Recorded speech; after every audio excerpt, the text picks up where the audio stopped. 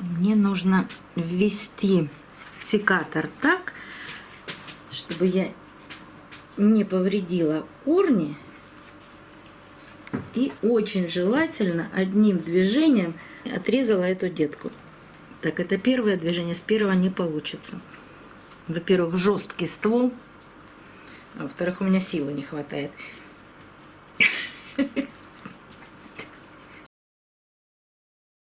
Ой, расскажи сразу, зачем здесь лежит камушек? Камушек я один убрала, а второй у меня остался.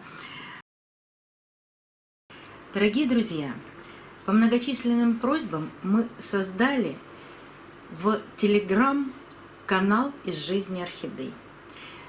Подписывайтесь на Telegram канал, если вам это интересно.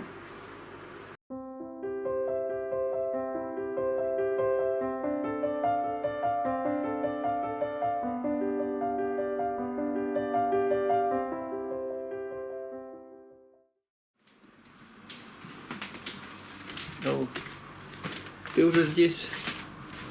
Ты готов к съемке? Подожди секундочку. Сейчас Лена придет. Ложись пока, отдыхай.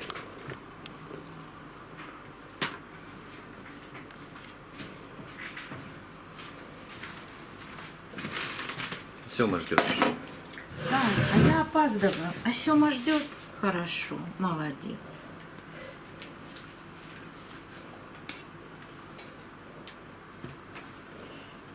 Добрый день, друзья! Сегодня будем отделять детку от материнского растения и обязательно ее посадим. Эта орхидея появилась у меня 2 года назад.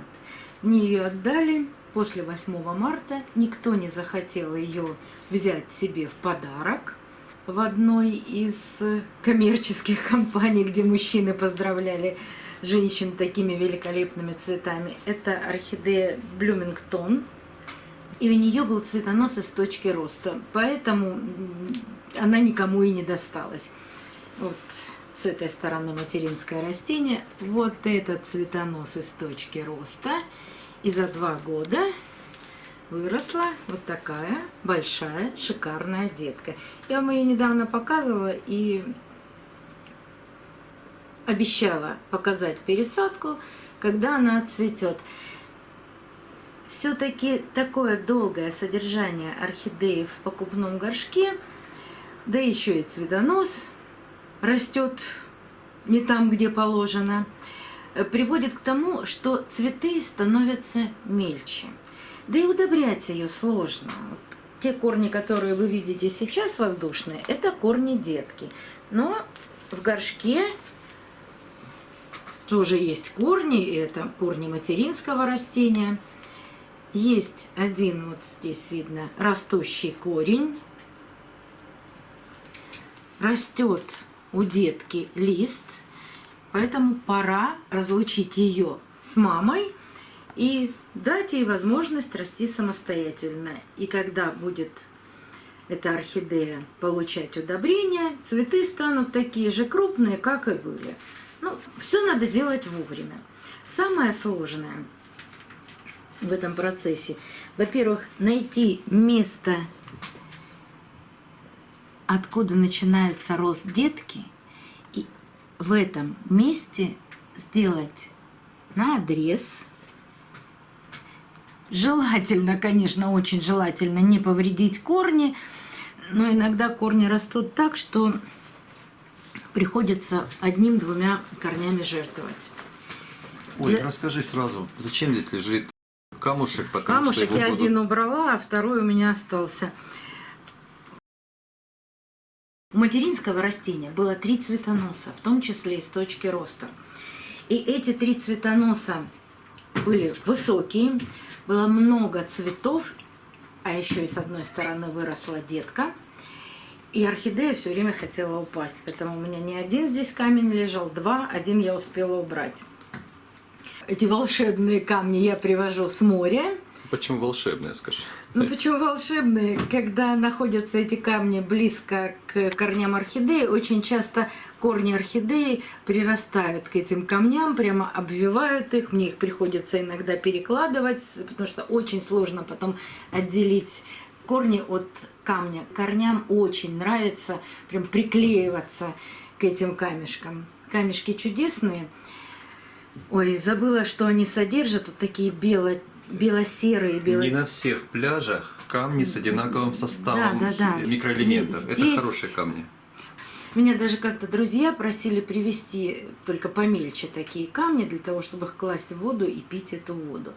Не знаю, как это работает, я никогда этого не делала, но мне нравятся вот эти вот такие камни класть в цветы. У меня их много, и когда цветок наклоняется в одну сторону, перевешивает горшок, особенно вот такие маленькие горшки, я очень часто кладу такие камни для противовеса. Все о камнях. Давайте приступим к отделению детки. Это самый такой щепетильный, сложный процесс. Обрабатываем инструмент. Я обрабатываю спиртом. Можно обрабатывать любым спиртосодержащим раствором. И водкой в том числе.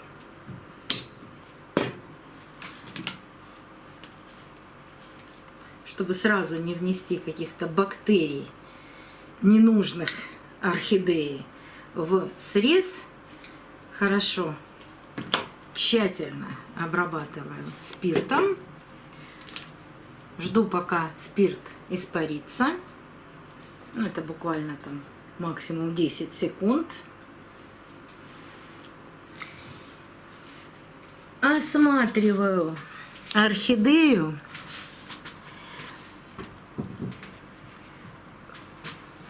И ищу. Ничего не видно. Ну, ничего не видно. Вот смотри, давай. Вот я сейчас подниму этот лист. Мне нужно ввести секатор так, чтобы я не повредила корни. И желательно, очень желательно, одним движением, может быть, двумя, отрезала эту детку. Так, это первое движение, с первого не получится. Во-первых, жесткий ствол, а во-вторых, у меня силы не хватает. Это двумя руками не хватает, бывает такое. Но если сил не хватает и ствол действительно такой жесткий, ну, приходится не одним движением это делать. Еще секатор. Это секатор для нежных работ. Да. Ну, почти одним движением у меня это получилось. Кстати, я не повредила ни одного корня, сама удивлена. Так. Сейчас. Вот чуть-чуть, вот покажу, вот чуть-чуть задела корень, но это веломен, ничего страшного в этом нет.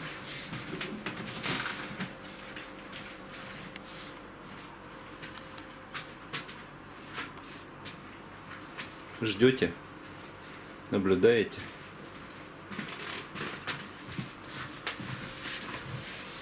Можно обработать срез перекисью водорода, а можно обработать хлоргексидином. Это противогрибковый препарат, я о нем рассказывала. Я даже лечу заболевания листьев хлоргексидином. Сейчас, кстати, принесу, потому что у меня в другой флакон налито.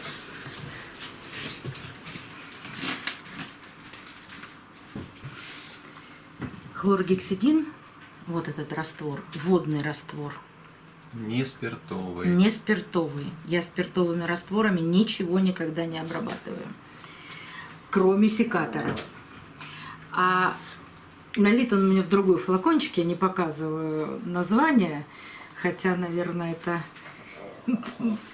понятно. Здесь хороший опрыскиватель, поэтому очень удобно опрыскивать листья. А каплю хлоргексидина на ранку, это тоже обеззараживатель будет, но еще и он борется с грибковыми заболеваниями. Конечно, нет грибковых заболеваний, но так как я не могу открутить. Спасибо. Хорошо закручен флакончик. Тоже можно нанести каплю. Шипеть не будет, это не перекись водорода. Перекись шипит всегда на живой ткани, а хлоргексидин нет.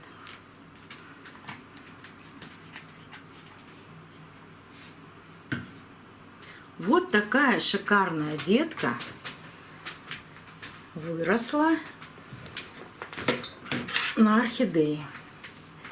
Но видите, даже у этой детки были маленькие сначала листья, и они уже подсохли. И остались чешуйки от этих листьев.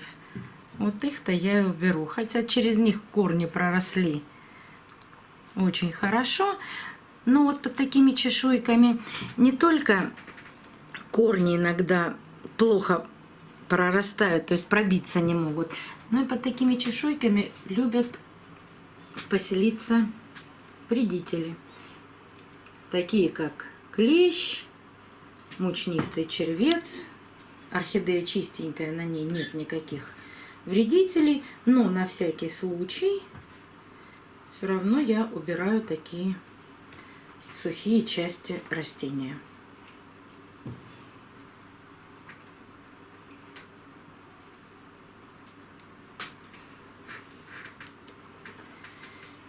Как ее посадить? Да, все очень просто. Но я не люблю сажать орхидеи вот с такими воздушными сухими корнями. Какие бы они ни были воздушные, все равно, посмотрите, они немного сморщены. То есть сухой воздух в квартире. В веломене какая-то есть доля воды, но все равно сухие, жесткие, ломкие корни. Нужно на час эту орхидею поставить корнями в воду. Пусть корни хорошо напитаются, вернее не корни, а веломен и паренхима, вот эта глубчатая структура, которая находится под веломеном, вберут в себя воду, и тогда при посадке, во-первых, не сломаем корни, а во-вторых, это будет как первый полив. И можно сажать в сухую кору, в сухой керамзит, дождаться, когда корни в посадке просохнут, и потом сделать полив. Как раз получится примерно 5-7 дней, а за это время, если вдруг даже будет какие-то ранки, и вот это в том числе, за это время орхидея их залечит. Орхидеи умеют все это делать сами. Ну и для того, чтобы не добавлять воду в грунт, вот можно сделать так. Я всегда так делаю, всегда вам показываю. Так что сейчас я орхидею помещу в воду, а потом мы с вами продолжим посадку. Помещаю корни в любую емкость с водой. Вот так, пусть она примерно час, а может быть и больше. Корни очень сухие. Вот когда они станут хорошо зелеными, ну как обычно при поливе, тогда и можно сажать. Что делать с материнским растением? Не хочу выбрасывать. Пусть постоит, да, оно увядает. Но вдруг откуда-то появится еще одна детка. Бывает такое. Сейчас эта орхидея отдавала все силы для выращивания вот этой своей дочери. Но вдруг ей захочется, и она выпустит еще одну детку. Пусть постоит месяц, 2, 3. Корни в горшке есть, видите, я их поливаю, они зеленые. Даже воздушный корень есть у этой орхидеи. Пусть стоит куда-нибудь в теплое, светлое место. Вдруг что-то получится еще. Всегда же интересно. Тем более, если ее кормить еще. Да, можно и покормить. Нужно. И нужно покормить. Ждем, пока корни вберут в себя нужное количество воды. Большой выбор горшков для посадки этой орхидеи. Я вчера при температуре на улице 35 градусов ездила на общественном транспорте. Хорошо, что у нас общественный транспорт с кондиционерами. Ездила в свой любимый магазин, чтобы приобрести горшки. Мне нужен был вот такой большой горшок, но не для этой орхидеи, а для орхидеи, которая находится у меня вот здесь внизу. И я вам хочу показать ее пересадку. Большая орхидея, которая падает из горшка. Мне нужен был такой большой горшок. И увидела новую форму горшка. Такая кругленькая.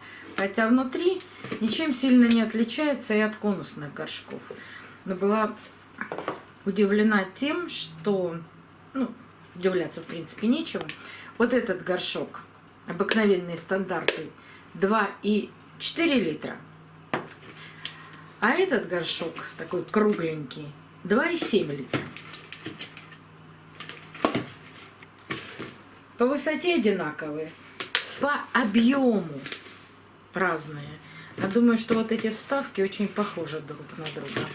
Сейчас. Горшков очень много разных в магазине. Ссылку на рассказ об этом магазине я оставлю в правом верхнем углу экрана. А горшок называется Линель.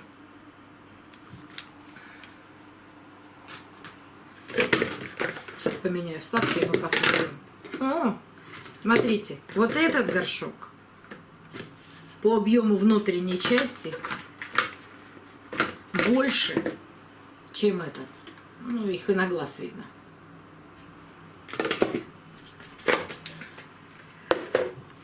Но корни этой орхидеи отлично поместятся в этот горшок.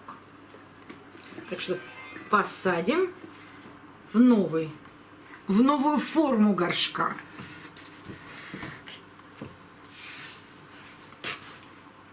Он еще и прозрачный, кстати. Да, он совсем прозрачный.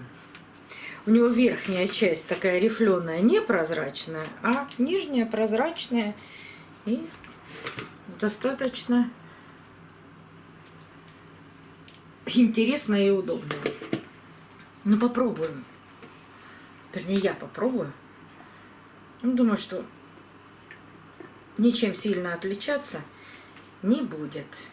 Так, орхидею, как всегда, помещаю по центру горшка. И сажать буду в кору, смешанную с керамзитом. Можно использовать 50 на 50, 50 керамзита, 50 коры. Но здесь у меня 30% коры, 70% керамзита. Я не ушла совсем от керамзита. Нужно же показывать. Вот я за 5 лет все время показываю посадки только в керамзит. Но вы же не все выращиваете только в керамзите. Кому-то керамзит вообще не нравится. Нужно показывать, что можно выращивать орхидеи и только в коре, только в керамзите. Вот недавно показывала, что я посадила орхидею в чистый мох.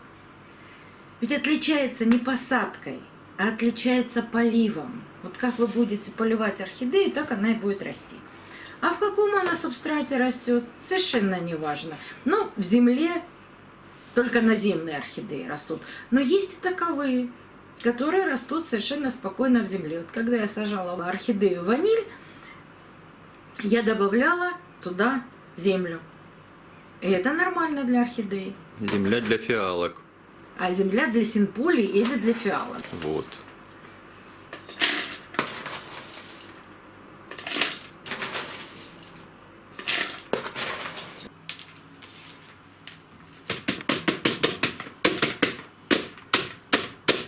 Легким постукиванием уплотняю грунт.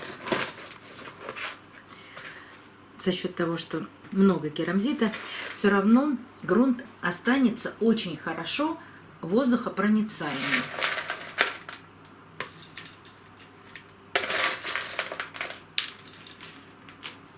Даже если вы сажаете только в кору, небольшое количество керамзита никогда не повредит.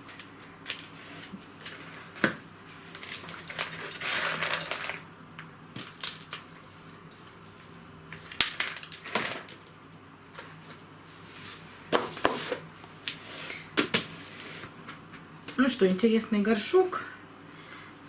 Посмотрю, как будет расти в нем орхидея. Правда, конечно, воды здесь больше, чем внутренняя часть. Может быть, не для крупных орхидей подойдут эти горшки, и через год придется пересаживать эту орхидею, а для мультифлор. Вполне возможно, что будет горшок хорош, неплох. Ну да посмотрим.